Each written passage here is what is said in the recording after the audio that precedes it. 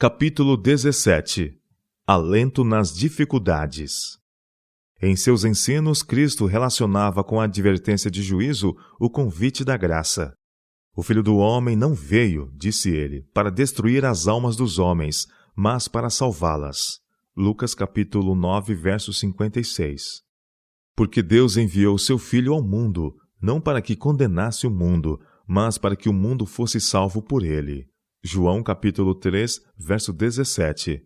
Sua misericordiosa missão, no que se refere à justiça e ao juízo divinos, é ilustrada pela parábola da figueira estéril. Cristo advertira aos homens da vinda do reino dos céus e censurara-lhes severamente a ignorância e indiferença. Os sinais no céu que prediziam o tempo reconheciam rapidamente, mas os sinais do tempo que apontavam tão claramente sua missão não eram discernidos. Os homens de então estavam tão prontos, porém, como hoje estão, para concluir que são os favoritos do céu e que a mensagem de advertência destina-se para os outros. Os ouvintes contaram a Jesus de um acontecimento que acabava de causar grande sensação.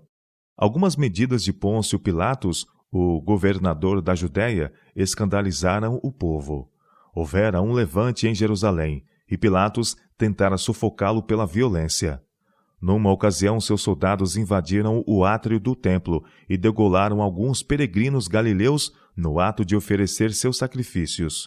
Os judeus consideravam a calamidade um castigo motivado pelos pecados das vítimas. E aqueles que narravam esse ato de violência faziam-no com satisfação íntima. Segundo seu modo de ver, sua felicidade era prova de serem muito melhores, e por isso mais favorecidos de Deus do que aqueles galileus. Esperavam ouvir de Jesus palavras de condenação sobre esses homens que, sem dúvida, haveriam merecido a pena. Os discípulos de Jesus não aventuravam exprimir sua opinião sem ter ouvido a de seu mestre. Ele lhes dera lições adequadas no tocante a julgar o caráter de outros homens e a medir a retribuição conforme seu juízo acanhado. Contudo, esperavam que Cristo denunciasse esses homens como mais pecadores que os demais. Grande foi sua surpresa pela resposta. Voltando-se para a multidão, o Salvador disse: Cuidais vós que esses galileus foram mais pecadores do que todos os galileus por terem padecido tais coisas? Não, vos digo. Antes, se não vos arrependerdes, todos de igual modo perecereis. Estas terríveis calamidades tinham por finalidade induzi-los a humilhar o coração e arrepender-se de seus pecados. A tempestade da vingança acumulava-se para desencadear-se logo sobre todos os que não acharam refúgio em Cristo. Falando Jesus aos discípulos e à multidão, olhava com visão profética para o futuro e via Jerusalém sitiada por exércitos. Ouvia o barulho dos estranhos que marchavam contra a cidade escolhida e via-os aos milhares perecendo no cerco. Muitos judeus eram então assassinados, como aqueles galileus no átrio do templo, no próprio ato de oferecerem o sacrifício. As calamidades que sobrevieram a alguns indivíduos eram advertências divinas a uma nação igualmente culpada. Se vos não arrependerdes, disse Jesus, todos de igual modo perecereis. O tempo da graça duraria ainda um pouco para eles. Ainda podiam conhecer as coisas que diziam respeito à sua paz. Um certo homem, prosseguiu ele, tinha uma figueira plantada na sua vinha, e foi procurar nela fruto, não o achando. E disse ao vinhateiro: Eis que há 3 anos venho procurar fruto nesta figueira, e não o acho. Corta, porque ocupa ainda a terra inutilmente. Os ouvintes de Cristo não podiam mal interpretar a aplicação de suas palavras. Davi cantara de Israel como uma vide tirada do Egito.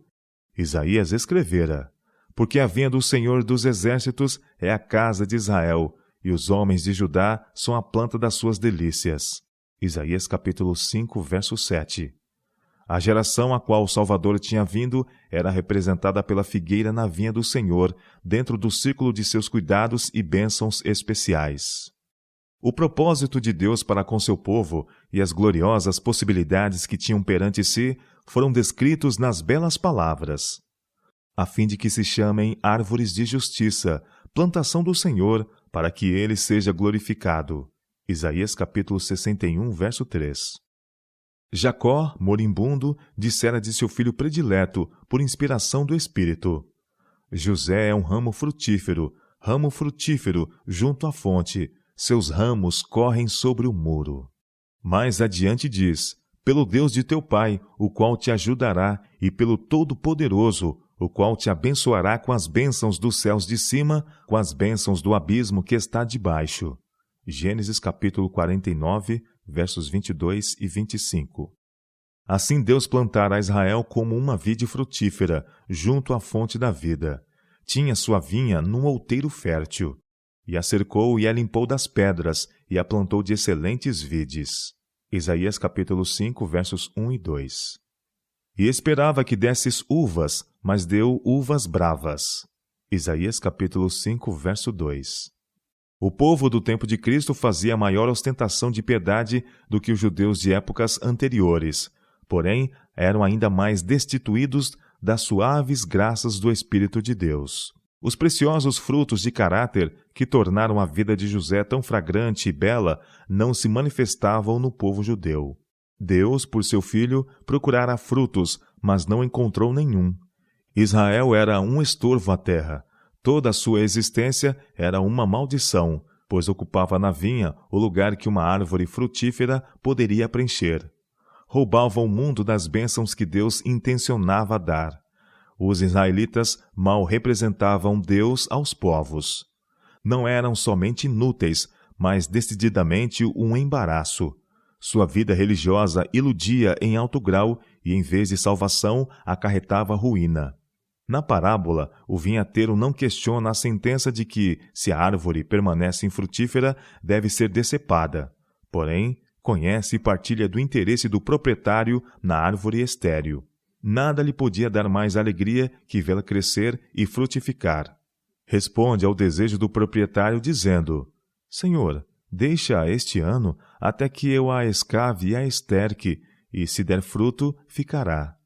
O jardineiro não recusa trabalhar numa planta tão pouco promissora, está pronto a prestar-lhe ainda maiores cuidados.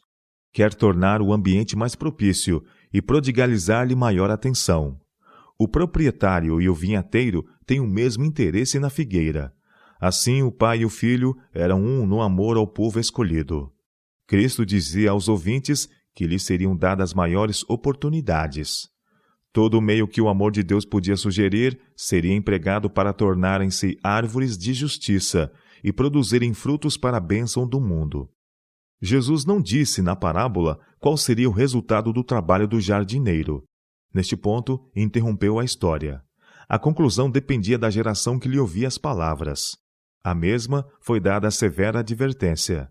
Senão, depois a mandarás cortar. Dependia deles se estas palavras irrevogáveis seriam pronunciadas. O dia da vingança estava próximo.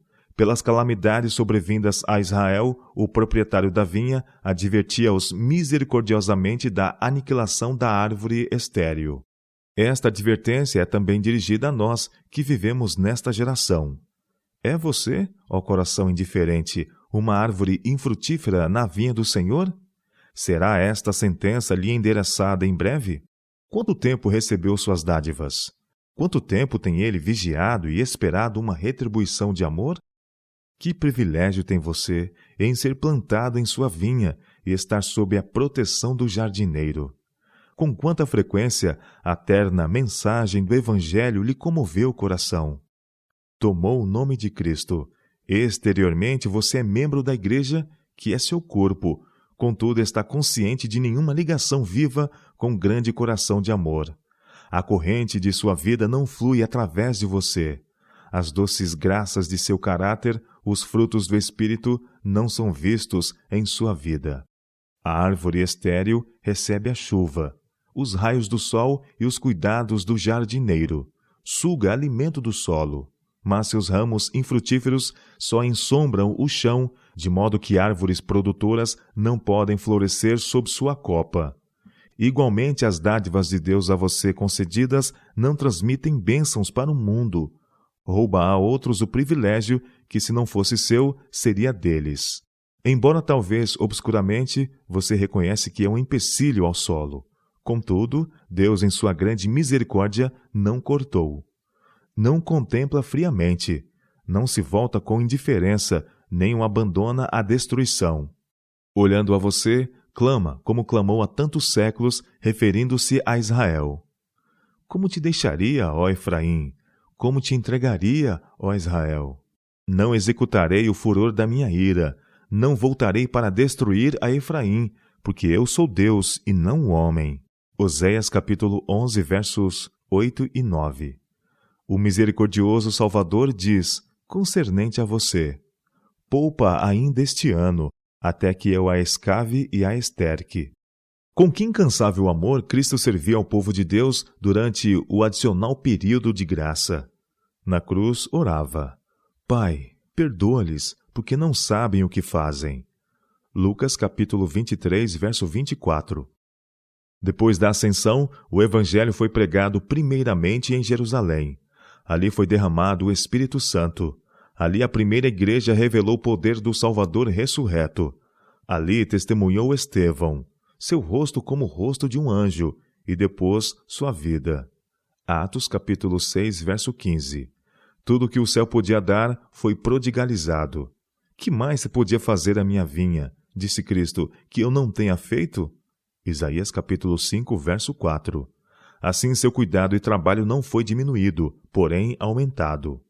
Ainda hoje diz: eu, o Senhor, aguardo, e a cada momento arregarei, para que ninguém lhe faça dano, de noite e de dia aguardarei.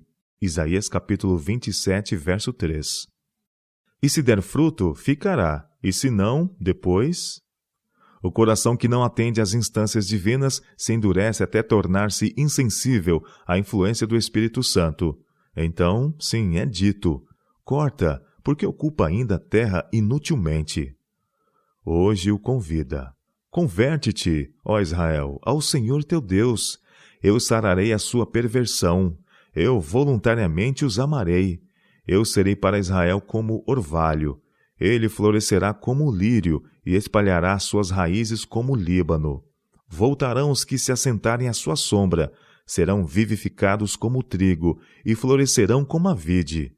De mim é achado o teu fruto. Oséias capítulo 14, versos 1 a 8.